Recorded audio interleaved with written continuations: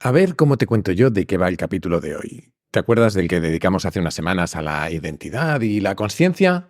Al principio de aquel te decía que había acabado en un grupo de WhatsApp con John Cuervas Mons y con Samuel Hill, en el que se pusieron a intercambiar cosas súper frikis sobre meditación, conciencia, libre albedrío y no sé qué más, porque renuncié a seguirles el ritmo. Pues bien, hace unos días nos sentamos a charlar sobre todo ello, y en un ejercicio evidente de falta precisamente de conciencia, decidimos grabarlo. Lo que vas a oír enseguida es el resultado. John hizo de maestro de ceremonias y trató de poner cierto orden en la conversación y de reconducirnos a Samuel y a mí cada vez que nos enredábamos. Por cierto, imagino que lo sabes, pero John tiene un podcast muy recomendable llamado Intercambio Iónico, en el que podrás escuchar algunas de las entrevistas más interesantes que he oído en español. Y Samuel tiene una newsletter, Suma Positiva, que te recomendaría también si no fuera porque tenemos un pequeño pique a ver quién recauda más dinero para la Fundación Ayuda Efectiva. Si quieres ayudarme a ponerle en su sitio y, sobre todo, a cambiar la vida a miles de niños en África, entra en ayudaefectiva.org/Kaizen y únete al equipo de donación del podcast. Somos ya casi 100 personas colaborando. Volviendo al capítulo de hoy, y aunque supongo que es obvio, conviene dejar claro desde el principio que no somos ni de lejos expertos en estos temas. Si yo fuera tú, me lo tomaría como lo que es, una conversación entre amigos que han leído un poco sobre distintos asuntos que les parecen interesantes y curiosos y que van encontrándose con los límites de su propio conocimiento a medida que charlan.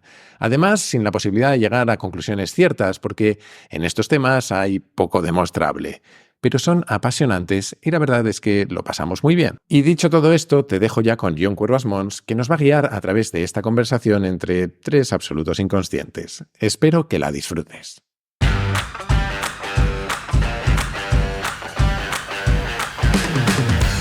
Soy Jaime Rodríguez de Santiago y esto es Kaizen, el podcast para mentes inquietas en el que te acerco a personas, a ideas y a técnicas fascinantes de las que aprender cada día.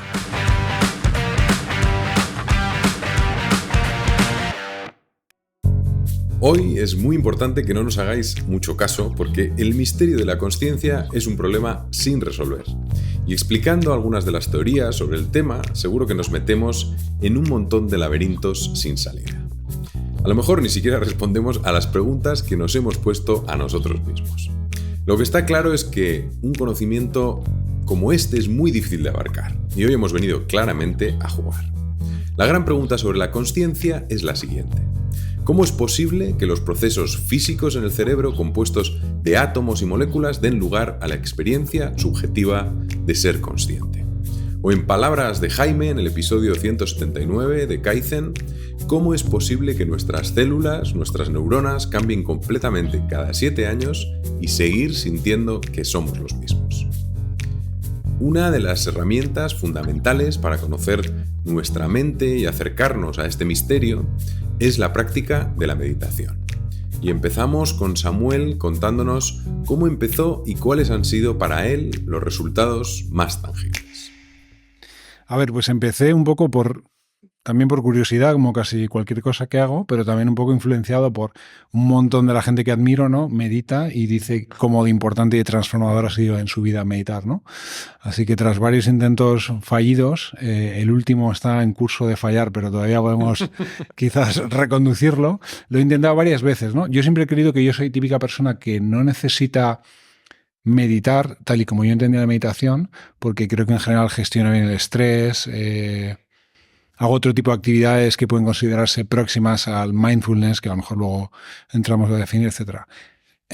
Sin enrollarme más, pues cuando descubrí el mundo de Sam Harris, ¿no? Sam Harris está muy vinculado al tema meditación, me suscribí a su app, Waking Up, hice su curso introductorio, que es quizás el vínculo, ¿no? Que a lo mejor no hemos dicho, pero cuando meditas es cuando quizás por primera vez, o así fue en mi caso, cuando por primera vez empiezas a explorar estos temas de conciencia, etcétera, intenté hacerlo y he estado como pues a lo mejor 3 meses, un poquito menos haciéndolo, y sí que he visto algún resultado, nada muy metafísico, sino cosas bastante tangibles en mi día a día, ¿no? Que es esa parte un poco más de pues gestión de situaciones, cuando te das cuenta que tú te estás provocando quizás a ti mismo una emoción negativa con tus pensamientos o algo así, ¿no? Y cuando estás a punto de perder los nervios, pues hay muchas veces obviamente no consigues, pero otras veces a lo mejor te das 10 segundos de darte cuenta de lo que está ocurriendo y eres capaz de dar un pasito atrás. Eso es para mí el beneficio más tangible, ¿no? Por supuesto, no sé si también influye en temas de relajación, de sueño, de tal, pero eso no he notado tanto. Y tú, Jaime, yo sé que has empezado varias veces, pero al final... Yo creo que es una historia parecida a la que ha contado Samu. Yo he tenido un par de etapas de algo más largas, ¿no? De unos 6 meses, una, y creo que la otra fue casi un año meditando casi a diario. Honestamente, sin llegar a sentir grandes cambios. En parte, primero siempre fui muy reacio a empezar a meditar porque para mí la meditación era algo que había en casa. Mi madre ha practicado budismo toda su vida y yo siempre lo he visto como un poco esotérico, siempre lo veía como un poco esotérico, ¿no? Pero en un momento dado, más bien disparado por el estrés y por intentar gestionar no situaciones puntuales de estrés, sino un nivel de estrés muy acumulado, muy constante en momentos pues eso, de mucho trabajo, decidí meditar e intentar sacar algo de ahí. Y honestamente, más allá de sacar cierta tranquilidad mayor a la hora de irme a la cama, no conseguí muchos más resultados. Sí es cierto que después, reflexionando sobre el tema y un poco lo que decía Samuel, creo que la meditación tiene un papel casi de puerta de entrada a pensar sobre la consciencia, ¿no? Porque sin meternos en temas súper complejos, ¿no? Siempre se habla del problema sencillo y el problema difícil de la consciencia, ¿no? El sencillo es, que no es sencillo para nada, pero es cómo suceden los procesos cerebrales de pensamiento, de percepción, etcétera. Y el complejo es, o el complicado es, que a partir del método científico no podemos acceder a estudiar la consciencia, sino que solo se puede estudiar como una experiencia subjetiva, ¿no? Y desde ese punto de vista sí que me parece súper interesante practicar meditación. Simplemente yo no he llegado a experimentar esos efectos que se supone que tiene o que mucha gente dice que tiene. Yo, por contaros mi experiencia, porque yo creo que habéis dicho cosas que también voy a decir, pero yo llevo como 3, 4 años, casi 4, haciéndolo y practico como 10, 15 minutos a diario. No siempre cumplo, pero casi. Y para mí fue curiosidad, o sea, curiosidad intelectual. Y yo creo que igual que tú, empecé a leer Sam Harris o escuchar podcast y dije, bueno, aquí hay una especie de promesa que si hago meditación voy a llegar a entender mejor la mente, ¿no? Voy a llegar a conocer más cosas que a lo mejor desde el mundo más científico pues todavía no se llega, ¿no? Y parece que necesitas esa experiencia personal para poder llegar a eso. Y yo creo que sí que hay cierta profundidad ahí. Yo sí que creo que el objetivo de la meditación es más profundo de lo que la gente cree, ¿no? Yo creo que no es solo relajación o evitar la ansiedad, sino que yo creo que hay otras fases más profundas, ¿no? Y al final no es que diga que yo crea en la magia o crea en los milagros, ¿no? Pero sí que creo que hay más profundidad ahí y puede tener que ver además con lo que los místicos tradicionales cuentan, ¿no? En sus historias y tal. Yo creo que tiene una conexión con eso. Y por poner como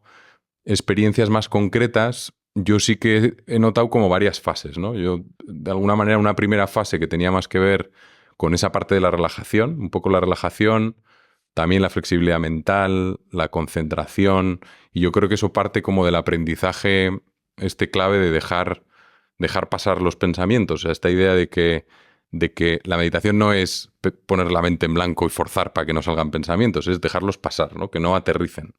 Entonces, eso cuando empiezas a llevártelo a emociones, a momentos de angustia, a momentos de tal, es como que has aprendido a dejar pasar eso. Y eso te ayuda mucho a poder lidiar con todo eso, ¿no? Y yo creo que ese es uno de los aprendizajes clave y tiene esa parte, yo creo, de relajación, concentración importante. Y luego hay, o sea, por contar la fase, o sea, la siguiente fase para mí ha sido como más, tiene más que ver con un estado como más de confianza, creatividad. Es como que llegan a otras partes y yo creo que tiene que ver con el aprendizaje de lo de no dejar de controlar o pensar que en el fondo no controlas casi nada porque acabas descubriendo que los pensamientos tampoco tienes un control directo sobre ellos, ¿no? Que aparecen. Entonces ya no es que no controles lo que pasa afuera, es que parece que no controlas ni lo que pasa dentro, ¿no? Entonces eso te da como cierta confianza en ti mismo porque en el fondo no puedes controlarlo. Y luego ya hay una fase 3, que a lo mejor es la que estoy ahora, que es como que intentas llevarte esos aprendizajes al día a día,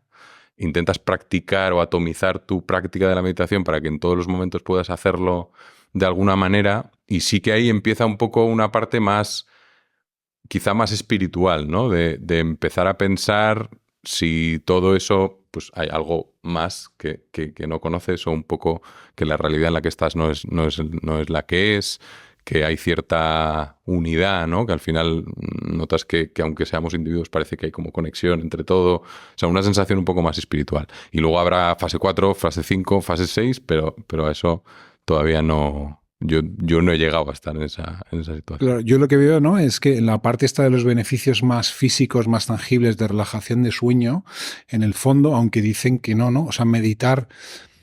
Cuando meditas normalmente se fija, o al menos al principio, se fija la atención en la respiración, ¿no? Y quieras que no, yo creo que el mero hecho de hacer eso te invita a respirar de una manera más pausada. Entonces yo veo ahí un solape, ¿no? Un poco. O sea, quiero decir, si tú quieres relajarte, simplemente con hacer ejercicios de respiración, sin pensar en nada más allá, ya consigues ese efecto de relajación, ¿no? Entonces veo ahí un solape bastante grande en ese aspecto, ¿no? O sea, quiero decir, si tú como decía, no simplemente te sientas un rato, intentas respirar, o sea, inspirar en 4 segundos, expirar en 6, y si lo haces 10, 30 veces, ya vas a tener beneficios seguro, ¿no? Sin pensar en más allá. Pero efectivamente mola también pues todo eso que tú decías, ¿no? Que te invita a replantearte de si la manera de percibir el mundo, ¿no? Que es algo que das por sentado y que quizás no te has planteado nunca, es la que es, ¿no? Luego empiezas a entender cosas mejor, yo creo. Hay algunos ejemplos así concretos de... Yo, por ejemplo, siempre he tenido cierto miedo a volar. Y al final, a ver, no es paralizante, pero sí que en el momento de despegue es intenso y hay miedo ahí y tal. Entonces, a mí me ha ayudado bastante a decir, o sea, no es que tienes que intentar no tener el miedo, sino que es, oye, que pase el miedo, estás ahí con el miedo, y luego lo interesante es cómo cuando ya el avión se empieza a poner estable, puedo dejarlo correr. Y entonces el miedo desaparece del todo. Y antes es verdad que ese miedo se mantenía durante todo el vuelo, ¿no? Entonces de alguna manera aprendes a dejarlo pasar. Pero ¿y cómo haces eso? ¿Pensando en la sensación y desaparece o no? Pues un poco haciendo meditación. Cuando aparece, hago meditación para no pensar en el miedo, o pienso, o sea, no sé, al final acabo más relajado y el miedo está por ahí, pero no afecta tanto. Y luego, no sé, es un tema, eso sí que he notado cierta flexibilidad mental a lo largo del tiempo, pues que de repente esa idea de decir, vale, ya ha pasado el miedo, no te quedes con él, de repente se va solo. Y eso yo creo que ha sido pues de más práctica, y de ahí sí que noto diferencia. Os compartí una entrevista que hizo Tim Ferriss a una neurocientífica que está también especializada en temas de meditación, y ella decía algo que resuena mucho con lo que estás diciendo, que es que la meditación es el equivalente a las drogas que nos enseñan que nos ayudan a tener más foco. Es una forma de entrenar la atención, ¿no? Y en el fondo lo que tú estás diciendo es que tienes tu atención más entrenada para enfocarla en el miedo y desenfocarla del miedo cuando el miedo ha pasado, ¿no? Y eso me llamó mucho la atención de esa misma entrevista con respecto a lo que tú decías, Samu, de la relajación, que ella decía que han hecho muchos estudios en los que para meditadores ocasionales hay un efecto de relajación, pero que para meditadores muy frecuentes es al contrario. La gente empeora su calidad de sueño. Eso es lo que decía ella, lo cual me parece bastante llamativo. Y por último, quería rescatar otra cosa que habías dicho, pero a mí es lo que más me obsesiona de todo esto, y es en esa vinculación entre la meditación y la consciencia, ¿no? Tú estabas hablando de las fases de la meditación y de lo que vas desbloqueando. Y a mí me hace mucha gracia cuando hablamos de consciencia, porque hablamos de consciencia como si fuese una propiedad binaria que tenemos los seres humanos y nadie más.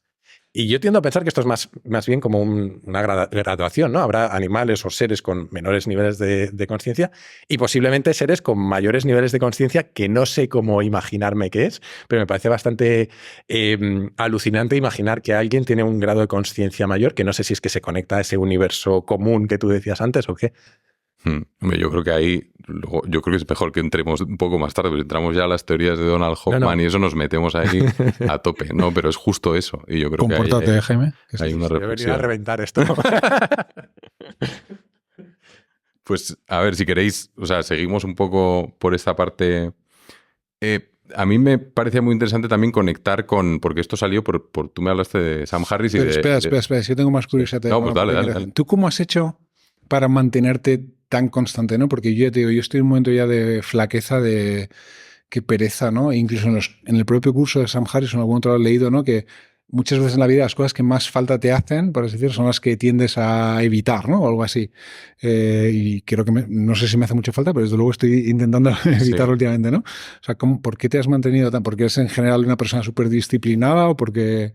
Yo creo que tengo pocas respuestas. O sea, yo creo que en parte soy bastante disciplinado y cuando quiero hacer algo, pues lo acabo incluyendo como una rutina.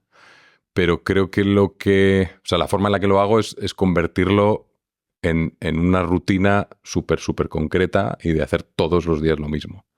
Entonces, ¿Lo haces por la mañana, por la noche? Luego al mediodía, después de comer. Pero es verdad que con la meditación he podido tener cierta flexibilidad. O sea, tengo otras rutinas que para mí han sido importantes, por ejemplo, la lectura. Pero la lectura es todas las mañanas me levanto y mientras estoy tomando un café son 40 minutos de lectura. Y luego por la noche. Y eso es todos los días del año. Entonces, en cuanto lo haces todos los días, porque yo a mí lo que no me gusta es lo de los fines de semana. Esto de que los fines de semana cambiemos, creo que es lo peor para mantener la disciplina y las rutinas. Los weekend warriors. Entonces, yo soy muy anti fines de semana. Entonces, creo que si consigues hacer algo todos los días, al final es que se acaba convirtiendo en rutina como lavarse los dientes. Y tengo cierta facilidad a convertir cosas. Sí, y el día que no lo haces te falta algo, ¿no? Te lo pide el cuerpo. Sí. Sí, pero no tengo ningún secreto más. Oye, y antes de seguir, yo creo que hay un tema que por lo menos para mí fue importante, que yo no había reparado antes y que a lo mejor a la gente le interesa, y es por qué nos importa tanto la consciencia. Que creo que no lo hemos dicho nos importa la meditación, nos importa la consciencia, pero ¿por qué nos importa la consciencia, no? Y yo encontré la respuesta, no sé dónde, supongo que con Sam Harris o alguien así, que te explicaba que en el fondo la consciencia es tu vida. Tu vida, la vida que vives, la que sientes que vives, es la concatenación de tu consciencia a lo largo del tiempo. Que te pasan cosas, pero muchas de ellas no eres consciente, por lo tanto, como si no hubieran sucedido, ¿no? Entonces, yo creo que esa obsesión viene de ahí, por eso el interés por la meditación, por lo menos en mi caso. No sé si en vuestro caso la consciencia tiene otro valor o otro significado, pero a mí me parece importante contarlo, porque a mí al principio me contaban lo de la meditación y la consciencia, decía, pues muy bien, pues ¿a qué le prestas atención? Y ya está. Pero consciencia, ¿no? Igual conviene definirla. Entiendo que estás hablando como de la experiencia subjetiva, ¿no? O sea, mientras que estás despierto, cómo te sientes, qué emociones tienes, qué pensamientos tienes. Eso ¿a qué le prestas atención en cada momento? Eso al final es lo que significa estar vivo, ¿no? Claro. Total. Muy bien. Pues hilo con esto, si queréis. No, por la parte porque era por entrar en la parte del libro de Free Will de Sam Harris, porque es un poco a raíz de eso arrancamos la conversación. Sí. Y para mí es un poco, tiene mucho que ver con ese siguiente paso, ¿no? El que empiezas a darte cuenta de que en realidad hay muy poco que controlas, ¿no? Y yo creo que tenía aquí una cita de Sam Harris que por decirlo, porque lo explica él, que es la idea de que el libre albedrío es una ilusión, sostiene que nuestras voluntades no son de nuestra propia creación. Los pensamientos y las intenciones surgen de causas subyacentes de las que no somos conscientes y sobre las cuales no ejercemos control consciente. No tenemos la libertad que creemos tener. No sé cómo entendéis este libro de Sam Harris o cómo os ha impactado esta idea. A mí me ha impactado bastante, la verdad, ¿no? Porque de nuevo es otro tema que jamás me había planteado de esa forma, ¿no? Y para mí lo explica de manera que es bastante clara, ¿no? En el sentido de... Creo que se malinterpreta muchas veces en el sentido de que tú en efecto eres libre de hacer lo que quieres, pero no eres libre de querer lo que quieres, por así decirlo, ¿no? Yo lo visualizo mucho como un videojuego, ¿no? Tú en cada momento, imaginad una aventura gráfica o un juego de rol, lo que sea, ¿no? En la pantalla te muestra ciertas opciones de diálogo o lo que sea, entre las cuales tú puedes elegir, pero solamente puedes elegir entre esas, ¿no? Y si no te ha parecido esa opción, directamente esa acción o ese diálogo no puedes hacer, ¿no? Pues creo que nuestro cerebro es bastante parecido a eso, ¿no? O sea, en cada momento probablemente tú eliges entre unas cuantas alternativas que tienes y no está tan claro que realmente elijas, pero a lo mejor sí que te da esa impresión, pero claro, las alternativas que tu cerebro genera, por así decirlo, tú no las controlas, ¿no? Entonces, para mí eso es bastante... o al menos tiene una correlación muy fuerte con mi experiencia personal, ¿no? Y por eso creo que es bastante acertada. Y creo que es una teoría, como él dice, ¿no? Que por supuesto que tú no tengas libre albedrío no quiere decir que no seas responsable de tus actos, porque además, de nuevo, el hecho de saber que una acción mala va a llevar asociado un castigo, eso probablemente va a modificar cómo tu cerebro genera esas opciones que decíamos, ¿no? Con lo cual, o sea, es modificable, pero te hace ver la vida con muchísima más empatía, en el sentido de que tú sabes que esa persona en cada momento no pudo evitar comportarse como se comportó, ¿no? Sea algo positivo, sea negativo, ¿no? Entonces, yo creo que eso es algo que, como tantísimas otras cosas, está, yo creo que mucho más reflejado en el saber popular de lo que creemos, ¿no? Yo, por ejemplo, me alucino con el refranero español, ¿no? O sea, yo creo que si tú te comportases... Sam Harris y el refranero español. 100%. Es que, vamos, yo lo veo bastante claro en ese sentido. Y sí que me ha influido mucho en eso, ¿no?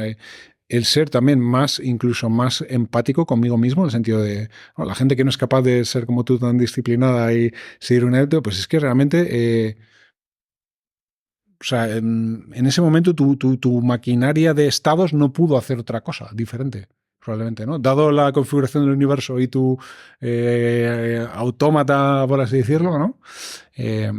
Claro, para mucha gente, sin embargo, esta visión es como muy... no sé si es pesimista la palabra, ¿no? Pero como que les quita como esperanza, ¿no? Eso de pensar que tú realmente no controlas lo que haces, lo que piensas. Y claro, la interpretación totalmente cínica, ¿no? Es, pues como yo no controlo nada de lo que hago, pues voy a robar, no sé qué.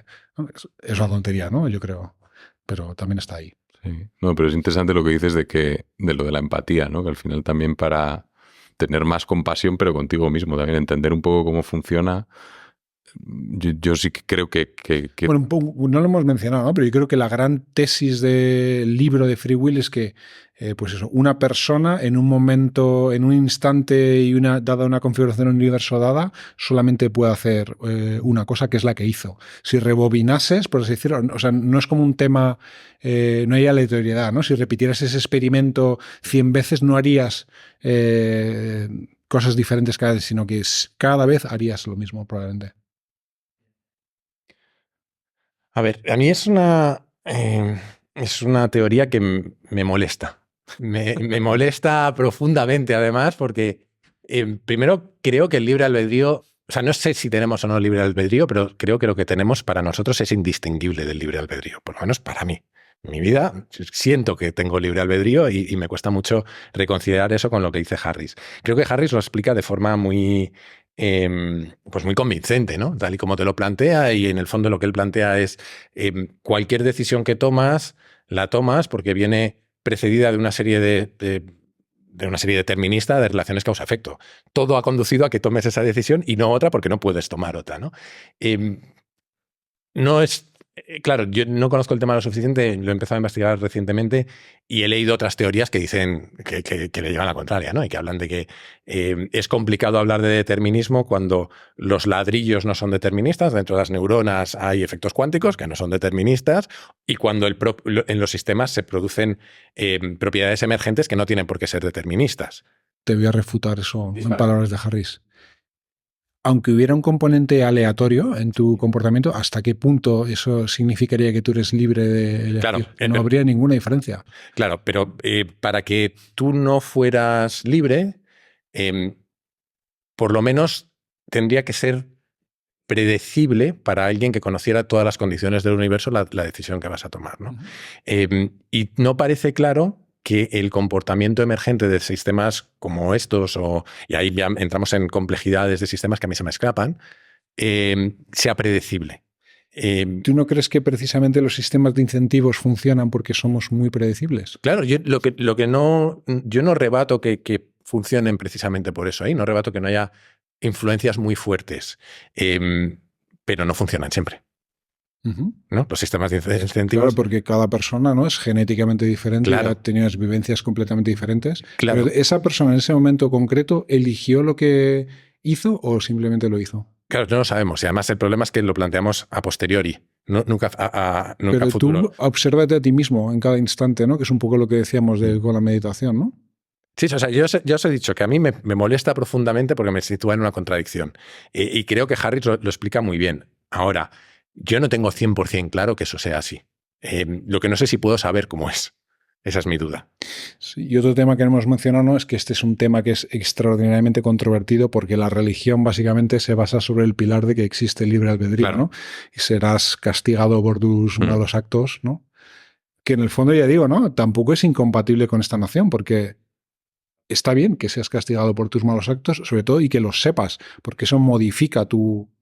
Pero yo creo que también, o sea, conocer eso o tratar de entenderlo desde ese punto de vista ayuda mucho a mejorar ciertas cosas, porque al final te das cuenta que hay cosas que suceden, o sea, que no eliges en cada momento, pero sí que puedes preparar el terreno, ¿no? Hay como un espacio ahí previo de preparar el terreno para que ciertas cosas sucedan, y yo creo que el entender las cosas de esa manera te permite hacer que cosas que... Pero que te gustaría que pasen, Tío, pasen. pero tú piensas Espera un segundo. ¿cuántas- Esa es una de las contradicciones que a mí me molesta un poco de Harris en ciertos momentos, o por lo menos que tal y como lo he interpretado yo, que a lo mejor lo he interpretado mal. Porque cuando habla de saber esto te prepara mejor para preparar el terreno, para... En el fondo está hablando de que decidas hacer cosas diferentes, Claro. pero no las decides, Sí, porque no las decides tú. Sí, porque tú yo ahora mismo, con esta nueva información, está decidiendo hacer eso. Sí, pero Tú- no tú estás... con tu O sea, la genética y tu experiencia- modificación de hábitos te viene dada. O sea, si aquí el amigo John es capaz de meditar todos los días, en buena medida es por, como tú dices, su genética, su experiencia vital, su organización neuronal, lo que quieras. Pero el hecho de tú verle así, a lo mejor te influye mínimamente, pero no decides cambiar. Lo decide tu sistema, pero no tú. Correcto, por eso no tienes libre albedrío. porque- Vale, quiero decir, esa es la teoría, pero entonces a mí personalmente me genera incomodidad el hecho de creer que podemos cambiar nuestro propio comportamiento cuando no somos capaces de decidir sobre nuestro propio comportamiento. Es que, sí que puedes, ¿no? es que yo creo que estáis hablando al final de los dos extremos cuando no, No. sé tampoco si... Estamos Claro, es que, diciendo lo mismo. Sí, es ya un soy- tema de extremos, Claro. o sea, es un tema de No, no, que no, estamos hay diciendo mucho menos exactamente lo libre mismo. albedrío que del que creemos. Eso, ¿no? en eso pero, estoy 100% de acuerdo. pero no sé si no hay ningún tipo de elección posible, todo, o sea... Es lo que plantea Harris, ¿no? Al Es final. que no hay. hay párrafos que sí, Sí. pero claro, O es Sapolsky. como... Sapolsky ha sacado un libro hace Pero nada vosotros sobre el pensad, tema. ¿no? ¿Cuánta gente toma firmes determinaciones de voy a hacer algo, voy a hacer dieta, voy a hacer deporte, y no lo haces? ¿Por qué? Porque tú no controlas realmente si te vas a ir por la noche a abrir la nevera y te ¿Y vas cuánta a... gente que lo toma, si lo hace, significa que sí? O sea, la gente que toma Porque esa esa, determinación... gente, porque esa gente no puede otra cosa que hacerlo, porque sus sistemas, dada su genética, su trayectoria, esa configuración del universo, en ese momento solo puede hacerlo, por así decirlo. O sea, no O sea, creo tú que... eres modificable, por supuesto. Cualquier cosa que leas, cualquier idea, continuamente cambia tu maquinaria de toma de decisiones. Pero en un momento dado es input-output, por así decirlo. Lo que pasa es que tu máquina está en continuo cambio. Esta conversación que estamos teniendo te está influyendo. Sí, claro. Y además estás aprendiendo un huevo de todo lo que yo digo. Por supuesto. Eh, Sobre todo de lo equivocado. No, pero mira, en el fondo, y había este mismo debate lo hubo con el determinismo en física y con Laplace. Laplace creía que se podía predecir el comportamiento del universo y luego se llegó a la conclusión de que no, porque hay propiedades emergentes de los sistemas complejos, ¿no? Entonces, yo creo que podemos estar en una situación similar y para mí... voy un poco por la línea de lo que ibas tú, John. O sea, yo no creo que seamos completamente libres, pero me cuesta aceptar que no tenemos ningún margen de decisión en esas opciones que tu sistema te puede plantear. Esa Haces es mi duda. experimentos mentales que te dice Harris, ¿no? Sí, los he hecho. Yo creo que sí que hay cierta posibilidad de intervención y que hay cosas, pero yo creo que es muy útil entender que hay muchas más cosas que no controlas y que al final... No sé, yo creo que muchas de las cosas que explica te hacen entenderlo muy bien, al final, desde todos los ángulos, desde que lo explica. Y además, explica. si no, ¿qué sentido tiene la sensación de libre albedrío? Como él dice, es que es una, o sea, ni siquiera es una ilusión en sí, porque en cuanto o sea, la diferencia entre la típica ilusión óptica, que tú la ves y no puedes evitar no verla, eso es una ilusión, ¿no? Pero es que el libre albedrío ni siquiera llega a eso, porque en cuanto hacemos ese ejercicio, esos experimentos mentales, te das cuenta de que eres capaz de ver lo que no lo tienes. Con lo cual no tiene esa persistencia. ¿Pero por qué viene el ser humano programado con esa sensación? Porque creo que es una sensación con la que venimos más o menos programados. Y evolutivamente no le veo ventaja con respecto a otras, salvo que sea actuable, salvo que realmente te permita cambiar de hábitos, ejercer una decisión determinada de en contra de tus instintos o en contra de lo que sea. Si no, no entiendo para qué lo tenemos. No entiendo tampoco para qué existe el dolor. O sea, el dolor es una manifestación que te obliga a cambiar. Si tu sistema tomara decisiones por ti sin necesidad de señalizártelo así, ¿para qué te lo señaliza? Yo creo que no vamos a llegar muy lejos. ¿Por qué sientes el dolor? Ya, No he entendido ese punto. Quiero decir, ¿por qué sientes el dolor? El dolor es si automáticamente podrías... Claro, podrías evitar la sensación de dolor y que tu sistema tome la decisión por ti cuando sabe que hay algo que te está haciendo daño. Es un buen punto. Entonces, lo que quiero decir es, yo voy por la línea que dices tú, en el que sospecho no, he hablado hasta la saciedad de los sesgos cognitivos y de su madre. Obviamente estamos infinitamente influidos por un montón de cosas, pero me cuesta mucho aceptar que nuestra capacidad de decisión sea cero. Es lo que quiero decir. Sí, yo estoy de acuerdo, lo que pasa es que aún así creo que tiene un punto, como lo explica Sam Harris y cómo te hace entender ciertas cosas. Pero no sé si es tan extremo como para decir no hay nada de libre albedrío, pero vamos, no sé. Si queréis, venga, dale. Paramos. Nos damos de gracias. Creo que es el momento de abrir las cervezas. No, dale. A ver, un tema que yo creo que es curioso, que también viene de Sam Harris, a mí al menos me llama la atención cuando él lo explica, es el tema del dual versus non-dual en la parte de la meditación. Esto ya es como un tema de una fase más avanzada de la meditación, pero que para él lo cuenta como una clave fundamental y creo que tiene bastantes conexiones con otras cosas. Y lo que él explica es que cuando tú empiezas a meditar, en el fondo, lo que creas es, o sea, eres más consciente como que hay alguien que hace la acción y hay alguien que está viendo esa acción, ¿no? Entonces te distancias un poco de lo que está pasando, ¿no? Esta idea de los pensamientos pasando es como que tú coges una distancia y te conviertes en ese que está mirando, ¿no? En esa parte que mira. Entonces él lo que explica es que al principio, en las primeras fases de la meditación, se trabaja de esa manera, pero luego te acabas dando cuenta de que no estás mirando el río desde fuera, sino que eres el río, ¿no? Entonces llega un momento en que todo se vuelve a unir en uno. Y yo creo que ahí hay un tema interesante para... Me lo tenéis que explicar. Yo esa parte todavía no la he entendido. Yo como la entiendo, no llego a entender esa última parte, pero yo creo que normalmente las personas se identifican con el flujo de pensamientos que tienen continuamente, con la vocecita que tienes en tu interior. Eso es con lo que comúnmente una persona se identifica con este es mi yo, por así decirlo, ¿no? O sea, casi te identificas con esa vocecita, ¿no? Uh-huh. El primer paso es darte cuenta de, joder, si yo soy capaz de escuchar la vocecita, yo no puedo usar la vocecita, ¿no? Entonces, para mí el siguiente paso es como darte cuenta de que lo que es la idea del yo es más próximo a ser una consciencia, ¿no? Y una consciencia tiene... experimenta varias cosas, ¿no? Como hemos dicho, sensaciones, emociones, pensamientos. No solo la parte de los pensamientos, pero que lo que es tu idea de tu yo es esa consciencia, por así decirlo. Para mí ese es el punto, uno de los insights que he tenido a través de la meditación, por así decirlo, ¿no? Y ya ese segundo punto de... ¿no? Cómo verte desde fuera, por así decirlo, me explota la cabeza. No soy capaz ni de entender. Claro, es que aquí el punto es que creo que no sé si es un punto así un poco místico en el sentido de que cognitivamente tú no puedes como comprenderlo porque es como, no sé cómo explicar, es una metapropiedad que no puedes poder nunca entenderla. O sea, por simplificarlo un poco, o sea, no sé si conocéis el mítico libro que se llama The Inner Game of Tennis, de Timothy Galway. Sí. Es que justo lo estoy leyendo ahora y de repente, claro, había un montón de conexiones, ¿no?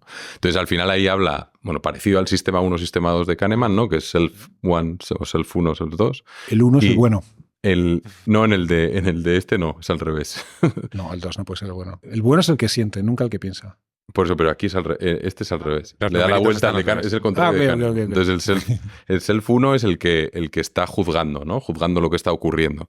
Entonces, al final, yo creo que en esa fase inicial, esta dualidad es cuando ves claramente que hay uno que juzga y otro que está haciendo la acción, ¿no? Entonces, cuando tú estás jugando a tenis y no te dejas llevar, hay alguien que está diciendo, oh, ya la has liado, ya la has dado demasiado alto. Entonces, ese está generando mucho ruido y al final las cosas no funcionan bien, ¿no? Pero en esa primera fase de la meditación, digamos que se potencia esa diferencia para ver como el que está haciendo la acción como otra cosa y tú poder quedarte a distancia para entender cómo ocurren todas las cosas en esos pensamientos, ¿no? Pero luego llega un momento, como ocurre en The Inner Game of Tennis, que es, oye, es que esto se tiene que convertir en uno, no es no es que desaparezca el que juzga, es que forman parte, o sea, se unen de alguna manera, el 1 y el 2 forman parte de lo mismo, porque lo que están es haciendo las cosas en el presente, ¿no? Entonces no hay un juzgar después, es como... Entonces yo creo que la no dualidad va un poco de eso, va de que llega un momento que te unes. Sí, yo nunca había interpretado así. No sé, para mí hay algo de eso. No sé. Perdón, no, iba a decir que yo lo que entiendo de lo que estás explicando, y a ver si soy capaz de traducirlo a mi propio idioma, ¿no? Es que fase inicial, ¿no? Hay una parte dominante de tu discurso, de tu razonamiento, que es esa vocecilla interior que tú dices, ¿no? Y no eres ni consciente de que la tienes, simplemente eso eres tú. Fase 2 sería observarla desde lejos, ¿no? Y fase 3 vendría a ser la integración de esa voz con tu capacidad de observarla, ¿no? O las dos voces que tú decías, trabajando, cooperando en lugar de discutiendo entre sí, o trabajando en la misma dirección, ¿no? Que creo que es bastante congruente con, bueno, luego, creo que luego vamos a hablar de lo de callosotomía y demás, pero bastante congruente con una, ahora, justo. Con una idea, pues mira, lo enlazo desde aquí y ahora si quieres pasamos a eso. Hay por ahí un libro que yo leí hasta la mitad, porque luego me aburrió, honestamente, que es algo así como The Theory of a Thousand Brains o la teoría de los 1000 cerebros o algo así, que es de un neurocientífico que lo que viene a decir es que constantemente en nuestro cerebro tenemos estructuras que mantienen cada una un modelo diferente del mundo en conjunto y que nuestras decisiones las tomamos a partir de la integración de todos esos modelos. Y vendría a ser un poco eso, ¿no? Tienes distintos modelos compitiendo entre sí, el modelo observador y el modelo conversador, o el modelo narrador, mejor dicho, y de alguna manera, si te he entendido bien, ese último paso vendría a ser la integración de los dos, o yo lo he entendido así. Sí, es un poco, o sea, él lo que dice mucho es lo de la ilusión, ¿no? Lo de que el yo al final es una ilusión, de que esa idea de que tú estás observando tus pensamientos, eso no es real. O sea, que Pues eso no entiendo. Nunca es una llegué a ilusión. entender esa afirmación, ¿no? Yo creo que es todo lo mismo, que si realmente te metes en el presente, de repente eso no ocurre. No Otra sé. metáfora interesante y que hila un poco con lo que decíamos antes del free will, yo creo que es la de Hyde, la del elefante y el jinete, ¿no? En el fondo, ¿no? Pues eso, tú eres un personajillo a lomos de un elefante que hace lo que quiere y con suerte alguna vez no eres capaz de controlarle un poco y de modificar el curso, pero no se puede desbocar, ¿no? Y yo creo que esa dualidad, o sea, tal y como lo entiendo yo, va por ahí, pero... Por entrar al tema de la callosotomía, ¿no? Porque lo contaste además en el sí, episodio no me acuerdo, pero sí. 179. Y era por preguntarte cómo era el estudio ese, que yo creo que era interesante, y por qué lo sacaste, o sea, cuál era el... A mí lo saqué porque me llamó la atención, lo cuenta Harris en su libro. Ahí está en un montón de sitios. Y lo he visto en otro montón de libros, porque por lo que sea la gente, yo creo que porque es muy curioso, ¿no?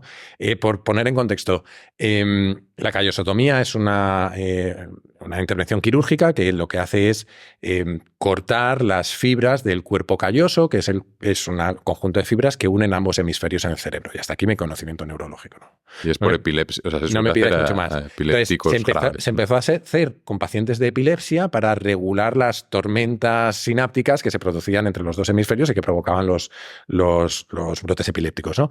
El tema es que cuando se empezó a hacer esto, empezaron a haber una serie de efectos secundarios o de comportamientos inesperados. Y hay un caso muy paradigmático, que es el de un chaval, creo que era un niño, si no mal no recuerdo, que le preguntaban qué quería ser de mayor y entonces verbalmente daba una respuesta, creo que era algo así como corredor de carreras o de coches o algo así, pero con eligiendo unas tarjetas, es decir, usando el otro hemisferio. Y se lo ponían solo a un ojo, ¿no? Eso, que es un poco usando el otro hemisferio, marcaba, creo que era, pues que no me acuerdo cuál era la respuesta, me lo invento. Pintor, yo qué sé. Y que parece que hay ciertas evidencias de que cuando se produce una callosotomía se manifiesta dos tipos de conciencias que compiten entre sí, entre ambos hemisferios. Entonces, la pregunta a partir de ahí es, ¿tenemos siempre dos conciencias compitiendo entre sí e integrándose? Tenemos, para mí hay otra pregunta que es, ¿tenemos solo dos? O tenemos 1000, como decía este hombre, ¿no? Es decir, a lo mejor son simplemente una propiedad emergente de una amalgama de neuronas que son capaces de generar eso y generar su modelo mental del mundo y luego de alguna manera que quizás no entendemos del todo, compiten entre sí hasta que se acaban integrando. Entonces, más allá de que es fascinante y curioso, yo lo conté por eso, porque me parece muy curioso, pero no me llevó a ninguna conclusión concreta, honestamente. No, pero es muy interesante lo de pensar en que hay dos conciencias diferentes y pensar que eso lo podemos tener, aunque esté conectado, ¿no? Que también lo tienes y que al final puedes tener ahí peleando a tu consciencia a ver por qué lado se mueve. Y luego para mí hay otra que es la parte del inconsciente, ¿no? El efecto que tiene el inconsciente sobre el consciente, que claro, hay otro montón de cosas que están sucediendo ahí que, bueno, puedes decir que el inconsciente no es consciente, pero al final está afectando al consciente, ¿no? Igual que el sueño, igual que tal. Entonces ahí hay muchas cosas que ocurren que ni siquiera sabemos. Al respecto de esto, ¿no? Es la teoría esta de los hemisferios, ¿no? Que tienes el lado más emocional, el más racional, no sé qué. Y tal y como yo lo tenía entendido, parece que esa teoría se desbancó en un momento dado, pero ahora parece que vuelve a estar vigente y que hay algo de verdad en eso, ¿no? O sea, que no es... ¿Me explico? Sí. O sea, que realmente el hemisferio derecho realmente es más creativo, más emocional, no sé qué, el izquierdo es más racional, no sé qué. Parece que en un momento dado se pensó que eso era falso, pero ahora parece que de nuevo se cree que hay al menos algo de verdad en eso, ¿no? Y por eso lo que tú decías, ¿no? Al chico que le preguntaron, una profesión era mucho más piloto de carreras y la otra sería ser médico, abogado o lo que sea, ¿no? Sí, sí. No, y hay muchas de esas Había otro estudio que leí yo que le enseñaban cartas, no era ver qué quería ser de mayor, pero era que a uno de los ojos le enseñaban una carta y al otro le enseñaban... No, ¿cómo era? Le enseñaban... No sé si le enseñaban la misma carta. Le decían que cogiera un objeto de la mesa. En una había un chupete, no sé. Sí. Chupete. Entonces lo que pasa es que cogía el objeto y la otra parte, o sea, la parte del lenguaje no sabía por qué había cogido ese objeto. Y se inventaba una razón. Esa parte se inventaba una razón. Por eso es que eso puede estar pasando en nuestro cerebro. Al final tú puedes estar pues con el lenguaje, con la parte más racional, construyendo una decisión o por qué has tomado una decisión, pero que resulta que la has tomado, ¿no?, por otra parte. A lo de Haidt y a lo del free will es lo mismo que decíamos, ¿no? Haidt dice que tú básicamente haces algo y luego tu parte racional se inventa porque lo has hecho, ¿no? Y también los experimentos de free will van mucho por ahí, ¿no? Tú te inventas que hoy te apetece cenar italiano en vez de japonés y dices, no, es porque ayer vi una peli no sé, ambientada en Japón. De hecho, hay otro libro de un tipo que se llama Nick Chater, que se llama The Mind is Flat, la mente es plana, en el que básicamente la teoría es que nuestro cerebro es una máquina de improvisación continua. Y que simplemente nos da constantemente respuestas que nos parecen perfectamente sólidas y que nos parecen muy convincentes.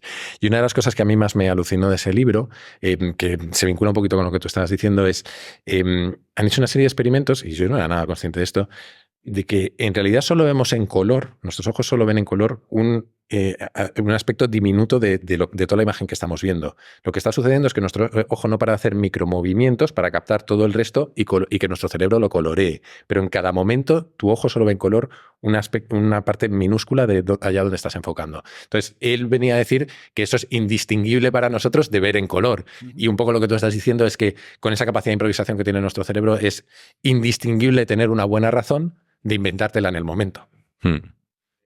Sí, si queréis conecta muy bien con esto lo siguiente, que es la parte de creatividad, ¿no? De ver si la creatividad tiene algo de conexión con ese nivel, digamos, de consciencia mayor o ese... Aquí tenía, no sé si os acordáis de Rick Rubin, que bueno, ahora hay un montón de podcasts y el libro que sacó también, que se llama The Creative Act, me parece, y tengo aquí un texto en el que explica un poco lo que es para él o cómo funciona la creatividad, ¿no? Él dice, en este gran despliegue las ideas y pensamientos, temas, canciones y otras obras de arte existen en el éter y maduran en el tiempo, listos para encontrar expresión en el mundo físico. Como artistas, nuestro trabajo es extraer esa información, transmutarla y compartirla. Todos somos traductores de los mensajes que el universo está transmitiendo. Los mejores artistas suelen ser aquellos con las antenas más sensibles para captar la energía que resuena en un momento particular, ¿no? Al final utiliza este lenguaje que es muy parecido al de la meditación y que yo creo que ahí hay un tema. ¿Qué creéis? ¿Creéis que la creatividad tiene ese punto de conexión con algo que no está...? De nuevo es la ausencia de free will, ¿no? O sea, es como la frase esta mítica de Girard, ¿no? De las personas no tienen ideas, las ideas tienen personas, ¿no? Entonces las ideas se propagan de persona a persona sin que tú puedas evitar si una idea te va a afectar o no te va a afectar y cómo lo va a hacer, ¿no? Entonces, efectivamente, ¿no? Por eso los movimientos artísticos se producen en determinadas épocas, en corrientes, etcétera, porque la gran maquinaria del universo, ¿no? lo provoca de alguna manera, ¿no? Entonces, la gente que es más capaz, y esto entronca más con la parte de meditación, ¿no? De apagar su voz interna para captar más de esa voz externa, ¿no? Es la gente más creativa.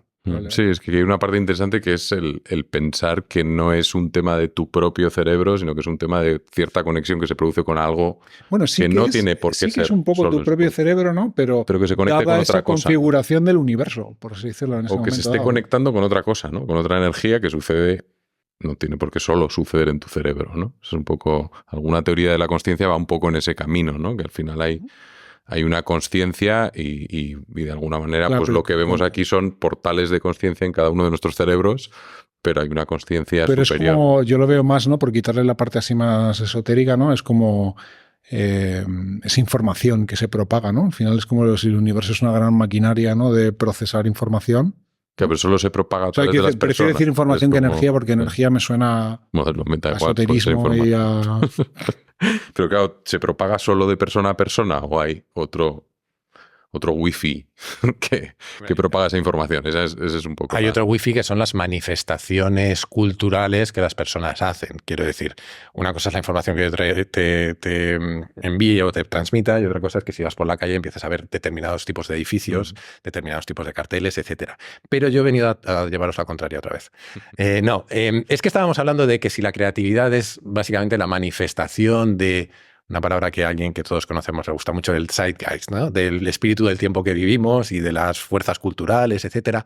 Pero yo creo que eso no es necesariamente la creatividad, eso es la afinación creativa con los gustos del momento. Pensemos en Van Gogh. Van Gogh estaba absolutamente fuera del zeitgeist de su momento, por eso no tuvo ni puñetero éxito, pero todos creemos que es una persona creativa. O sea, que la creatividad para mí no necesariamente significa canalizar esas fuerzas culturales en un producto o declinarlas en un producto, sino que la creatividad depende cómo la valoremos. Si la estamos valorando culturalmente, quizás se encaja, pero la creatividad simplemente el ánimo o el espíritu de encontrar soluciones nuevas de hecho yo creo que no es ni eso, yo creo que es la voluntad o la necesidad que tiene la gente de expresar lo que tienen dentro a través de hacer cosas. Entonces, para mí, Rubin no va tanto de creatividad, sino va de acierto comercial o de afinación creativa a los gustos del momento, cuando dice eso, ¿eh? Porque yo lo del zeitgeist está muy asociado a ese conocimiento humano o momento presente. O sea, pero esto es hablar de que hay ciertas cosas a las que te conectas y empiezas a... Te puede llegar información, pero no significa que sea algo que todos los demás están haciendo al mismo tiempo. Es verdad que a veces sucede eso y todos los demás están haciendo cosas al mismo tiempo y eso es zeitgeist, pero yo creo que cuando uno en su casa, en un momento X de la historia, ha hecho algo totalmente diferente de lo que se hacía en ese momento, creo que ahí también puede haber cierta conexión con otras cosas. Para mí ese otras cosas no es solo lo que veas en la tele, en la radio, en el libro, no lo sé. Ahí es donde entran los agentes conscientes, luego hablamos de la conciencia después. Pero es lo mismo de siempre, ¿no? Es pues una genética única y unas vivencias únicas de una persona que le ha llevado a configurar, ¿no? Una mente de una manera irrepetible, ¿no? Entonces esa persona pues interpreta ese influjo de información de esa manera, ¿no? Entonces, claro, hay personas, supongo que hay personas más diferentes de las demás, ¿no? No digamos además si tiene algún tipo de trastorno. Bueno, eso te iba a dar la razón, porque estaba pensando mientras hablabais que sí que es cierto que en profesiones artísticas hay un porcentaje de personas con enfermedades mentales superiores a otras profesiones, ¿no? Y estaba pensando también que también hay un porcentaje superior de consumo de alucinógenos que en otras profesiones, y esos alucinógenos lo que provocan posiblemente es una interpretación distinta del zeitgeist o de la realidad que uno tiene delante, ¿no? Antes de continuar, recordarte que si te suscribes a la newsletter en intercambio-iónico.com, recibirás, además de los episodios, una selección de los libros y podcasts que he escuchado y leído durante el último mes. Entra en intercambio-iónico.com y suscríbete. Conectado con lo que hablábamos de la creatividad, hay un tema que me interesa mucho y lo tengo siempre presente a la hora de tomar decisiones. Es la dificultad para diferenciar la intuición del instinto. La intuición es la capacidad de aprehensión directa de información, sin pasar por los procesos lógico-lineales en los que se involucra la mente racional. Es la única herramienta con la que se puede experimentar y no solo saber acerca de la realidad. El instinto, en cambio, tiene que ver con la evolución, la supervivencia y puede generar sesgos importantes. Como ninguno de los dos es un proceso racional, tendemos a confundirlos. Hay una ventaja clara de la razón sobre el instinto, pero a cambio hemos atrofiado nuestra capacidad para la intuición. Samuel se ha iluminado y se le ha acabo de ocurrido dar la algo. luz, ¿no? Para responder a Jaime, contra ¿no? el libre albedrío. Correcto. No, cuando decía, creo que tengo la respuesta. Nosotros no se puede, ¿eh? Decía Jaime, ¿por qué sentimos dolor, ¿no? Cuando si no hubiese libre albedrío directamente podríamos retirar la mano del fuego sin sentir el dolor? Y eso precisamente creo que tiene que ver con eso, ¿no? Porque esa acción, la de retirar la mano, creo que es un instinto y evolutivamente probablemente eso surgiera mucho antes, y ya sabéis que la evolución no construye de cero, sino que va poniendo chapucilla sobre chapucilla, ¿no? Entonces eso puede explicar perfectamente por qué tú tienes ese mecanismo y aún así no tienes el otro, ¿no? El de libre albedrío, porque evolutivamente probablemente uno surgiera mucho antes, sea propio de seres mucho más simples que nosotros y los otros surgieran posteriormente, ¿no? Que esto no tiene nada que ver con lo que estamos Espera, ¿puedo hacer un mic drop literal con esto? No tiene absolutamente nada que ver y no creo que demos el tema, pero... ¿De verdad que no te parece que tiene que ver? Luego, antes de terminar, vuelvo yo al tema, no te preocupes. Esto lo ¿Tiene seguimos, muchísimo que ver o no? luego. ¿O me fumo algo? ¿Tiene algo que ver o no? Bueno, sí, hombre, no va, que has no mencionado va- la palabra instinto. Que has metido la palabra instinto. Claro, pero el instinto, claro, el instinto es lo que explica, o sea, quiere decir que tú haya diferentes mecanismos por los cuales que gestionan tu comportamiento, creo que tiene que ver con que evolutivamente surgieron etapas diferentes, ¿no? Y que tengas ambos no es contradictorio. Claro, pero eso es instinto, pero yo lo estaba comparando con Con intuición. qué diferencia hay entre instinto e intuición. Porque una intuición podrías decir que también es has tenido varias experiencias, has conocido cosas y entonces lo que te ha hecho eso es acabar entendiendo cómo funciona algo, entonces de manera intuitiva te dejas llevar. Pero claro, la idea de intuición o la idea que se defendía era como esa capacidad de intuir algo que no es porque lo hayas experimentado antes, sino porque estás recibiendo esa información de cómo funciona algo sin necesidad de haberlo experimentado antes. Samu ha querido demostrar que no existe el libre albedrío. Ahora tú no le respondes. Demostrando que no podía evitar no responderlo. Correcto. ¿No? Pero a lo que tú ibas... no, yo creo que sí que hay una diferencia bastante clara, por lo menos tal y como lo interpreto yo, ¿no? Creo que una cosa es el instinto que nos predispone a actuar de determinada manera frente a determinados estímulos, y yo entiendo la parte intuitiva más como, no sé si la capacidad o el momento en el que conectamos con esa parte más inconsciente, con ese procesamiento más inconsciente que no necesariamente tiene por qué venir de un heurístico instintivo, sino simplemente esos procesos que nos llevan a que no haya libre albedrío o que haya un libre albedrío limitado, creo que conectamos con ellos y eso es lo que nos lleva instintivamente a actuar, intuitivamente a actuar. Pero creo que eso no deja de provenir de un conjunto de, posiblemente son datos poco estructurados en nuestra cabeza que integramos a través de esos procesos más menos formalizados o menos conscientes. Esto yo lo sacaba también porque me parece interesante, lo decía Ken Wilber, la confusión, cuando confundimos instinto e intuición, ¿no? Porque a veces la intuición es mucho más verídica o va mucho más el instinto a veces no, ¿no? Entonces, y son como cosas diferentes, como a niveles diferentes y en el fondo como no son racionales los dos, pues tendemos a confundir uno con el otro, no sabemos, entonces no nos dejamos llevar tanto por esa percepción más intuitiva que viene del inconsciente cuando muchas veces quizá deberíamos escuchar más, ¿no? Pero no es un instinto, no significa déjate llevar por el instinto. Claro, pero yo tal y como lo entiendo, igual estoy equivocadísimo porque es de cosecha propia, ¿no? El instinto es esas reglas que tú tienes hardcodeadas a un nivel ¿no? muy básico de tu cerebro que están íntimamente ligadas a supervivencia, reproducción, etcétera, ¿no? Eso, no toques el fuego, ten hambre. Pero los sesgos también entran ahí. No lo tengo tan claro, mientras que para mí la intuición es lo que tú dices, ¿no? Muchas veces es el output de esa maquinaria de decisión que tú tienes, pero el problema es que esa maquinaria es un ordenador cuántico, mientras que tu lado racional es un spectrum, ¿no? Entonces, el spectrum no es capaz de entender los outputs o no es capaz de verbalizar, etcétera, ¿no? O sea, muchas veces nosotros nos creemos que entendemos cosas cuando eres capaz de verbalizarlas, ¿no? Con tu parte lógica, ¿no? Y eso tiene una capacidad infinitamente inferior a la otra, ¿no? Entonces, esa es mi lucha, bueno, mi lucha, no es mi lucha, ¿no? Pero un tema que trato recurrentemente, ¿no? De que efectivamente, la intuición es infinitamente superior a la parte racional, ¿no? Cuando normalmente en infinitos libros que tratan estos temas, ¿no? Siempre te lo ponen como... no sé cómo explicarlo, ¿no? Como la razón es el... Entonces yo creo que la clave es no liarte uno con el otro, porque sí que creo que hay mucha capacidad de confundirte, porque, a ver, tú hablas de cosas como muy claramente instintos que vienen de cuando vivíamos en las cuevas, pero claro, hay otro montón de cosas que también están ahí que te pueden confundir más. Al final, pues eso, para mí los sesgos sí que entran dentro de eso, porque los sesgos al final son cosas que hemos hecho que también se han ido instalando por la evolución. Lo que pasa es que no vienen de tan lejos o no son tan primitivos si quieres, pero también son sesgos al final que no te llevan a una solución. Yo me voy a desdecir un poco, en el sentido de que creo que la frontera no está tan clara entre intuición e instinto, porque creo que los instintos contaminan la intuición, que es un poco por donde vas tú. Claro, ahí está lo difícil. Los sesgos yo sí creo que tienen un origen, parece bastante claro que tienen un origen evolutivo y que por lo tanto nos afectan, pero nos afectan de formas a veces tan sutiles que encajarían con ese ordenador cuántico que dices tú antes. Creo que es en el libro de Donald Hoffman, si mal no recuerdo, en el The Case Against Reality.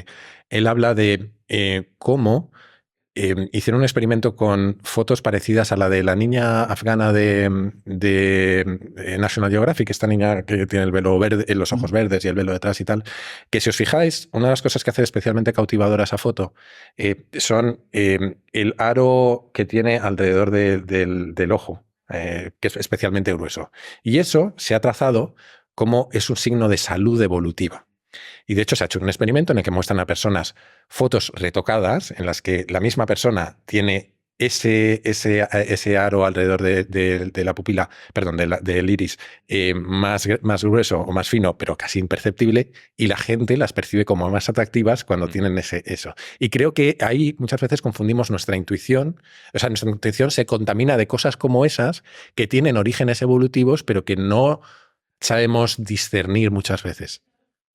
Entonces, yo es que creo que los sesgos son una manifestación de eso. Incluso traumas o cosas que se han instalado en la infancia o cosas que se te han metido en ese momento y al final forman parte de tu sistema operativo y están ahí, también surgen de una manera que no es consciente o no es racional. Entonces, eso tienes que diferenciarlo de lo que es una intuición que tenga sentido, ¿no? Porque a veces ahí lo que estás haciendo es, pues oye, ha surgido algo que te limita o que aparece un miedo extra porque has vivido ciertas cosas y entonces por ese miedo pues no haces ciertas cosas y resulta que es por una cosa que no te tienes que dejar llevar, ¿no? Yo creo que ahí hay un tema. Bueno, si queréis pasamos al siguiente, que ya empezamos ya a tocar, o sea, ahora, después de no sé cuánto tiempo, empezamos a tocar materia.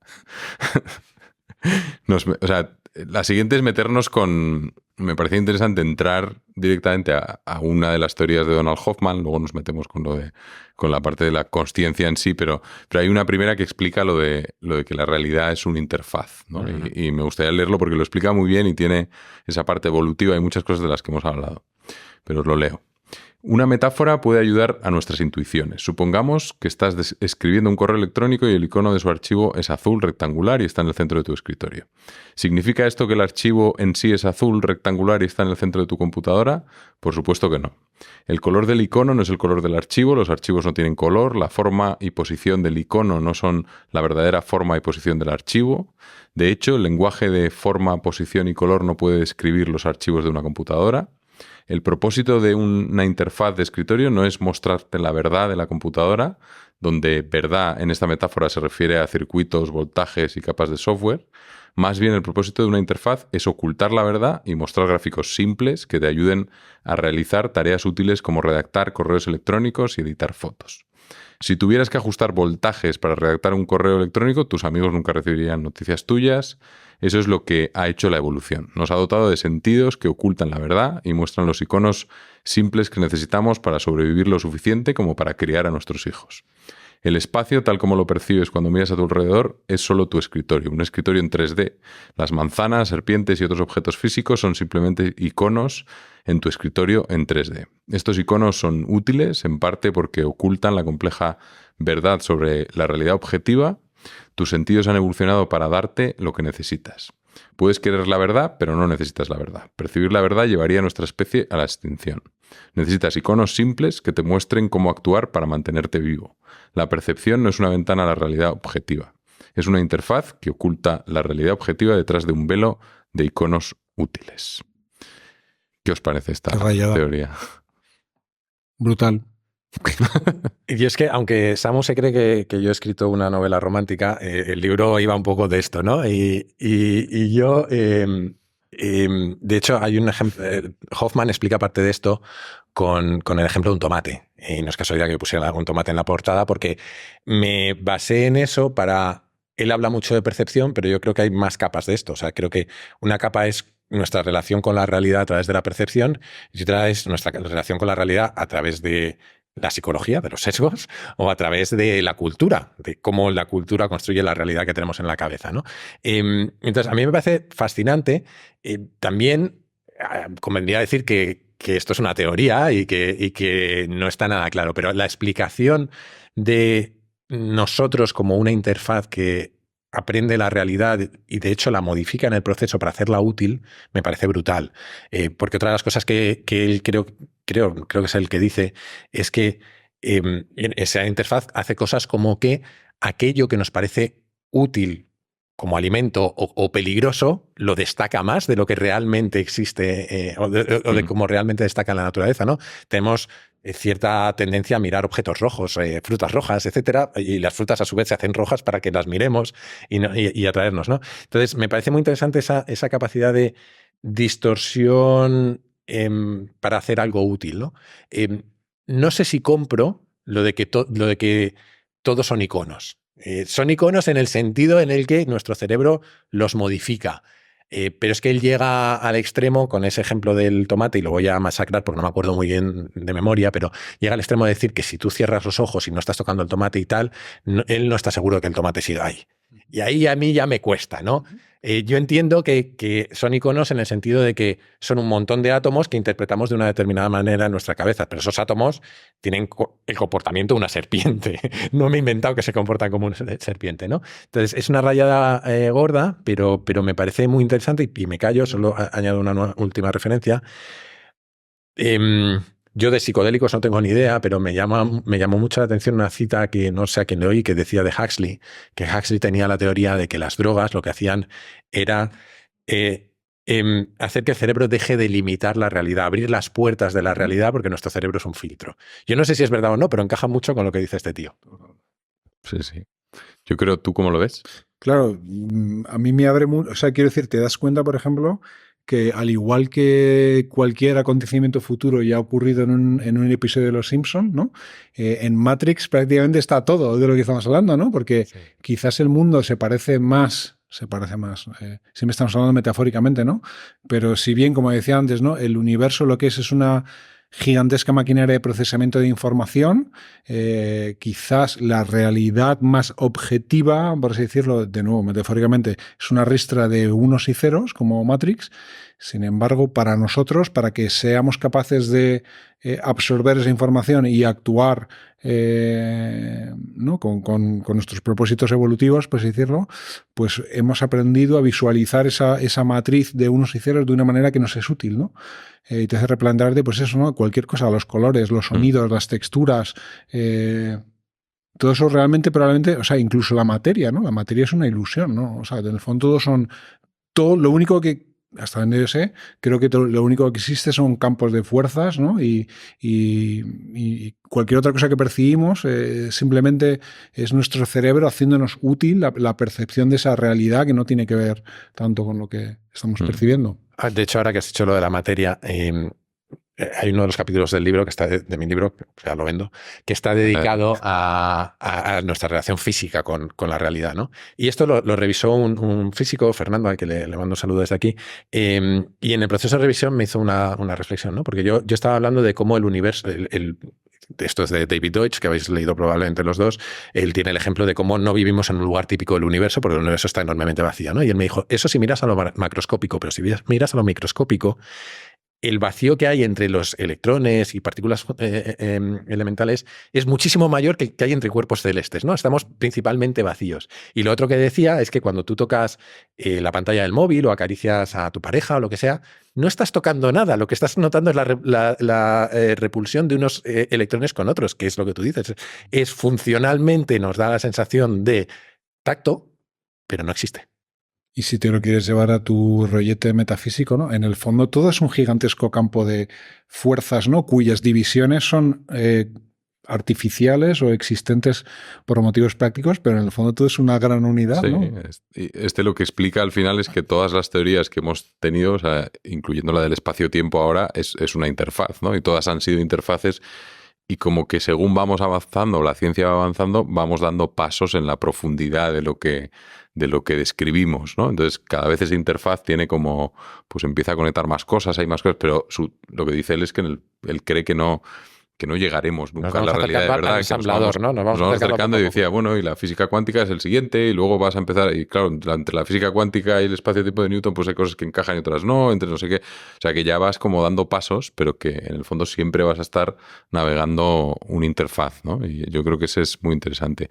Y a partir de aquí, o sea, si queréis entramos ya en la pregunta de la consciencia, que yo creo que entrar por la interfaz ayuda, y por repetir la pregunta que hemos hecho antes, que era ¿cómo es posible que procesos físicos en el cerebro compuestos de átomos y moléculas den lugar a la experiencia subjetiva de ser consciente? Esa es un poco la pregunta. Y aquí, o sea, si queréis hablamos como de algunas teorías o de ver que cada uno la que pueda explicar, ¿no? Pero justo he estado esta mañana escuchando la entrevista a Donald Hoffman de Lex Fridman por ver un poco cómo hacía él. Entonces él explica como las distintas teorías, ¿no? Y él dice que o sea, como que el 90 y pico % de las teorías van de esa idea de que los átomos, las neuronas, cuando tienen suficiente complejidad de información en determinado contexto, son capaces de hacer emerger la consciencia, ¿no? Esa es como la base, la que decías tú, que era David Eagleman, ¿no? Eagleman habla de eso y también... Hay muchos, y explicaba que en el fondo casi todos van por ahí, ¿no? Y luego decía, la siguiente es como, bueno, la siguiente es un poco, hay otra derivada que es que hay un estado cuántico de las neuronas en el cerebro que producen, que se produzca esa consciencia, ¿no? Pero ya que tiene que ver con la parte cuántica. Luego hablaba de los... si esto lo digo bien, porque esta era complicada, ¿eh? El panpsiquismo es que claro, en español además, o sea, que esto habla como de que además de la materia hay mezclado con la materia cosas que todavía no conocemos que son consciencia. Entonces, los átomos también tienen consciencia, ¿no? Entonces, como que está como mezclado. Y ahí entra la sincronicidad. La sincronicidad puede ser. Y luego está ya su teoría, que es la teoría de la red de los agentes conscientes, que esa es que en vez de intentar desde lo material o desde los átomos ir llegando a que se produzca la consciencia, que su teoría quiere empezar al revés. O sea, quiere empezar desde una consciencia que se crea a través de agentes conscientes, y eso es lo que al final acaba creando pues el interfaz interfaz del espacio-tiempo, ¿no? Por ejemplo. Y luego, si queréis, os leo más de la de Donald Hoffman, si queréis que entremos un poco más en detalle, pero vamos, o sea, puedo explicarla, pero no sé si llego a entenderla. Entonces, bueno, tiene su historia. Es un poco como la teoría de la simulación, ¿no? Es como que el software igual que crea el hardware, no el hardware crea el software, por así decirlo, ¿no? Sí, yo creo que tiene que ver con esa idea de simulación, ¿no? Al final. Sí, ¿no? También dicen que de lo único que puedes tener certeza en cada momento es del contenido de tu consciencia, ¿no? Por así decirlo. Y eso lleva a lo que decía antes Jaime, ¿no? De realmente, o sea, todo lo que está fuera de mi consciencia existe realmente, o yo realmente voy recreando cualquier cosa que yo creo que tiene una existencia al margen de mí cuando la percibo, ¿no? No sé, es sí, duro de pensar. Por vincularlo, es muy duro. Pero por vincularlo un poco con lo que decías tú de la teoría de la simulación, ¿no? Todo esto viene de, no sé quién lo hizo, pero hay un experimento mental que es el de cómo sé que no soy un cerebro en un jarrón, ¿no? Como los de Futurama, por ejemplo, las cabezas de Futurama. ¿Cómo sé que todo lo que experimento no lo está generando mi cerebro. Y es difícil de rebatir, porque no tenemos material para hacerlo. A mí decías antes que está todo en los Simpson y está todo en los griegos. O sea, estamos hablando de la caverna de Platón todo el día. O sea, no salimos de la caverna. A mí de esas teorías locas, por contar otra, a mí hay una movida que yo no entiendo. Yo voy a contar lo que sé, lo que he conseguido medio memorizar, que es el tema de los universos matemáticos. Que hay una teoría por ahí que dice que todo es matemáticas y que el universo en el que vivimos, casi con unos y ceros que tú decías, es en aquellos universos lo suficientemente complejos como para que existan estructuras autoconscientes, se manifiestan físicamente con esta experiencia que tenemos de la vida, que es un poco la teoría de la simulación. Y se enlaza con un principio filosófico que lo llaman el principio antrópico, que creo que era Stephen Hawking, lo resumía como que el universo es como es para que nosotros lo veamos como lo vemos. Es decir, que de alguna manera el efecto, estas son mis palabras, no las suyas, porque probablemente lo diga mal, el efecto observador que tenemos sobre el universo hace que sea como es, que posiblemente sea la interfaz. Dicho todo esto, yo creo que conviene con Hoffman y demás separar la parte que es teoría casi filosófica de la parte que es científica, porque Hoffman, que es neurocientífico, se va por ahí en unas teorías que son guays, pero que entran en el campo de una palabra que a mí no me gusta nada, pero que es así, que es de lo incognoscible, ¿no? De lo que probablemente no vamos a poder demostrar nunca, pero que son interesantes. Pero es interesante, ¿no? Del podcast ese que citabas, que si igual luego podemos enlazar o lo que sea, ¿no? Para mí me ayudó a entender de que el paradigma este espacio-tiempo, ¿no? Que yo daba por hecho que era como algo muy sólido y muy tal, ¿no? Como que en los campos más vanguardistas de la física les da la sensación de que está como agotado, ¿no? O sea, la física tradicionalmente es como muy reduccionista, ¿no? Siempre piensan que entendiendo el comportamiento de elementos cada vez más pequeños vamos a ser capaces de explicar todo, ¿no? Y parece que estamos llegando a los límites de cuán pequeño son los elementos del modelo y aún así hay un montón de cosas que no se pueden explicar, ¿no? Entonces creo que eso es lo que le da pie a este tío, ¿no? De decir, es que igual el paradigma este está completamente equivocado, ¿no? O bueno, es como lo de la física newtoniana y la mecánica cuántica, ¿no? Bueno, nos sirve, es un prisma bajo el cual entender ciertas cosas, pero no vale para explicar todo, ¿no? Porque es un modelo y como tal pues tiene limitaciones, ¿no? Sí, él explica, de hecho, en el podcast el del fuego, el aire, o sea, que antes era ese el modelo, ¿no? Entonces, bueno, mucho tiempo en el que ese era el modelo, pero que es un modelo pues que tiene muchas limitaciones, pero que sirvió en su momento, ¿no? Al final, el tema es ir yendo hacia grado, o sea, no entender uno de esos modelos como esta es la pieza fundamental, es todo así y ya no hay más, ¿no? Porque al final, claro, él dice, no, es que va a haber más siempre. O sea, los científicos que no se preocupen porque al final van a seguir encontrando más y más y más, siempre va a haber trabajo, ¿no? Pero intuitivamente, ¿no? Y sin tener ni puta idea de lo que digo, ¿no? Pero sí que es verdad que te das cuenta. Como hasta ahora, que lo sabíamos todo perfectamente. Correctamente, no, pero esto es una vez más, ¿no? Que si, de nuevo, ¿no?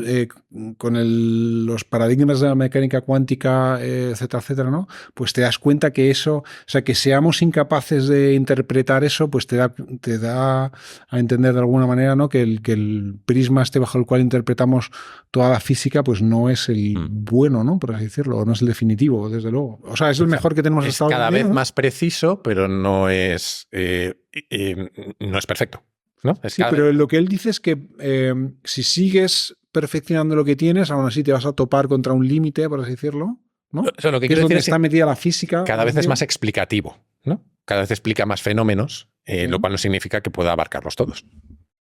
Sí. ¿No? A ver, la siguiente tenía un poco que ver con la inteligencia artificial, porque ya que estamos, ¿no? Hay un punto ya... No, pero tiene que ver, porque en el fondo si nos creemos el tema de David Eagleman, de que si la complejidad de las relaciones en nuestras neuronas acaban por hacer que emerja una conciencia, pues la inteligencia artificial, llegado a cierta complejidad, podría llegar a emerger la conciencia, ¿no? No sé cómo veis esto. ¿Creéis que eso puede llegar a pasar? Porque esto es, si nos creemos a Eagleman, es como que sí, ¿no? Si nos creemos a Donald Hoffman, yo creo que es más que no, porque en el fondo estamos replicando cómo funcionan nuestros átomos o los que conocemos, nuestras neuronas, pero esa consciencia, si viene de otro lugar y es la consciencia la que acaba creando la interfaz, esa inteligencia artificial nunca va a llegar a tener consciencia, ¿no? Y son estos dos puntos de vista, no sé cómo lo veis. Pues nunca me lo había planteado así, porque yo siempre me lo había planteado con ese enfoque más bottom-up, de a medida que metamos complejidad, pues llegará un momento que esto emergerá, no sabes muy bien por qué, y ocurrirá, pero nunca me lo había planteado desde ese punto de vista que dices, de que si te crees la otra teoría no puedes porque estás como... Claro, no surgiría de lo que porque lo has creado replicando tu interfaz. Esa sería un poco la teoría, ¿no?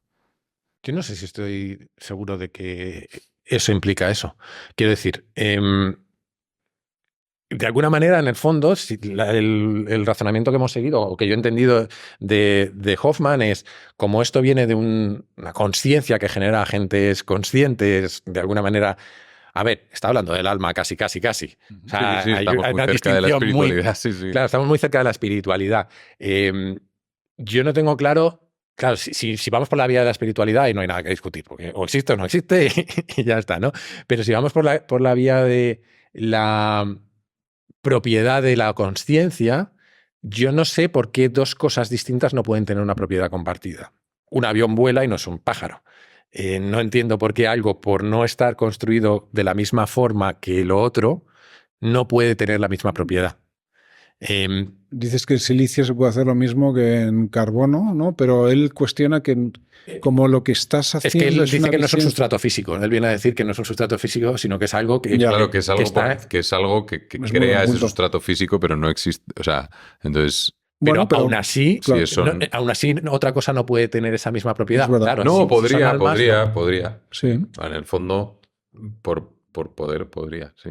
Pero parece más difícil. Parece que estás intentando, o sea, llegar a través de copiar una interfaz a los ceros y unos, parece raro. O sea, pues tú te puedes poner a pintar una interfaz de 800.000 maneras distintas. Pero no estamos diciendo llegar a los ceros y unos, estamos diciendo llegar a la consciencia, que es la manifestación de esos ceros y unos. O sea, yo no estoy intentando... el mismo nivel. Pero en este caso la consciencia son los ceros y unos o la electricidad que mueve. Bueno, tú dices la consciencia como ente. Claro, como ente, como siguiente nivel. Entonces, al final, esa parte de los agentes conscientes les llama agentes por llamarlos algo. O sea, él lo entiende como portales. Del universo, no, como portales, como la consciencia se transmite a través de esos agentes, pero es una cosa que está por encima y que no es física, que no puedes sacarlo de los átomos. Claro. Entonces, es un poco esa idea. Si no sale de los átomos y es una propiedad extra, pues es eso. Es como si estuvieras pintando una interfaz en la pared, pues le vas a dar al botón y no va a mandar ningún email. Que si me creo eso, no sé por qué me voy a creer que existen los átomos. Quiero decir... si existe una consciencia... Los átomos son es una interfaz, según esta teoría. Pues bueno, pues me cuesta muy... Me parece que no tengo nada a lo que agarrarme para razonar a partir de ahí. Sí. No, esto es lo me parece completamente dogmático. Quiero decir que esa teoría, más que una teoría, es un dogma. Desde mi punto de vista. Y el libro es fascinante, ¿eh? Yo me he leído el libro y es fascinante, pero me parece dogmático. Sí, sobre todo ya entramos en un terreno que es como cero práctico todo, ¿no? En el fondo de software. Bueno, esta parte que tú dices, pero sí que es un práctica, poco entender, ¿no? Hay una parte intermedia ahí que no tienes por qué. Pero consciencia es tener una exactamente igual a inteligencia. Clara. No. Yo creo que no. No. Entonces, inteligencia artificial, o sea, no. A ver, lo primero sería... O sea, tú dices, puedes replicar, quizás lo que tú estás diciendo que es imposible hacer es replicar una consciencia, ¿no? Y además eso sí que lo puedes hacer, que esté teniendo hijos, ¿no? Probablemente. No, sí, teniendo hijos, sí. Pero si la inteligencia es otra cosa diferente a la consciencia, no sé. Sí, pero una inteligencia... Muchísimo. Vamos a ir a primeros principios. ¿Qué es una consciencia? O sea, ¿qué entendemos por consciencia? No sé, yo no tengo una definición, ¿vale? Pero si me la tuviera que inventar... Cosas diferentes. Si me la tuviera que inventar, creo que iría por lo menos por vincular la inteligencia artificial, por posiblemente algo así como la capacidad de interpretar los inputs que tienes alrededor de ti y ser consciente de lo que significan para ti mismo esos inputs, ¿no? O sea, la consciencia está muy vinculada a saber que existes. O yo lo veo así. Oye, pues si queréis, nos acercamos a la fase final. que básicamente eran un par de preguntas rápidas. La primera es que vayamos enumerando libros, podcast que creamos interesantes o que recomendaríamos sobre este tema de la consciencia. No hace falta, o sea, con decir los 2 o 3 que más os han interesado, vale. Y luego sigo con la siguiente. Yo sé poquísimo de esto y mi gran conocimiento viene de las fuentes que he mencionado antes, ¿no? Fundamentalmente Sam Harris, Hoffman y muy poquito más, la verdad. O sea, soy novato total en el terreno. Yo he mencionado un montón, que no sé si voy a... Bueno, podemos poner las notas, en el fondo el que más, o sea, el que tú creas que es más interesante. Harris creo que es un muy buen punto de partida. Y por mencionar 2 libros concretos, ¿no? Que no los hemos dicho, pero Waking Up, como los hemos dicho pasada, y Free Will. Pero por añadir una componente un poco más esotérica o distinta, a ver, no recomiendo a Osho como persona, pero creo que los libros de Osho son curiosos como aproximación a la filosofía hinduista o budista, mejor dicho, india, y que el propio Harris dice que tiene un conocimiento muchísimo más profundo que el que tiene Occidente, lleno de esoterismo, pero que si le quitas el esoterismo, Harris viene a decir que el budismo es una manifestación práctica del pensamiento, de cómo funciona el pensamiento, ¿no? Entonces, añadiría eso y luego libros sobre percepción o realidad y demás, aparte de que le voy a regalar bueno, si ya lo tienes, Samuel, el mío. No, los que he mencionado, el de Nick Chater está muy bien, el de The Mind is Flat y el que hemos mencionado de Hoffman de Case Against Reality está muy guay. Y Gell-Mann con Brain.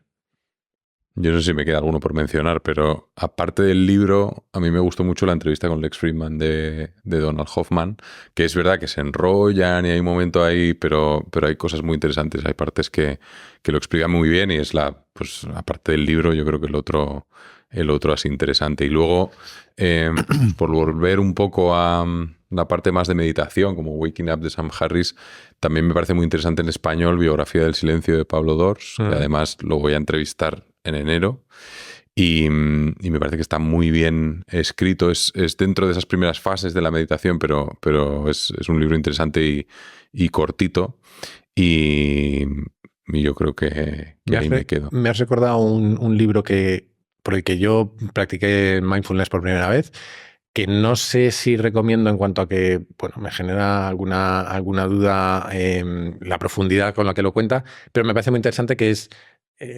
no me acuerdo cómo se llama. Bueno, un libro de Mario Alonso Puig, que es sobre mindfulness, no me acuerdo cómo se llama el libro, si lo buscáis. Me parece interesante porque lo mezcla con estudios científicos alrededor del impacto de la meditación en nuestro cuerpo. Me parecía interesante por ahí. No sé cuánto cherry picking hay ni nada, pero me parece curioso de mirar. Muy bien. Oye, pues yo creo que gracias a los dos. Yo espero que este episodio sirva para que alguien se interese por este tema y empiece a investigar, ¿no? Que yo creo que hemos tocado todo lo que sabíamos y lo que no sabíamos. Más de lo segundo que de lo primero. Así que si hay algo más que queráis decir, comentar, quejaros, pedir a la audiencia. Yo me voy a ceñir al perdón que solemos pedir en otro podcast, porque posiblemente sea lo más apropiado. 100%. Pues nos sumamos todos.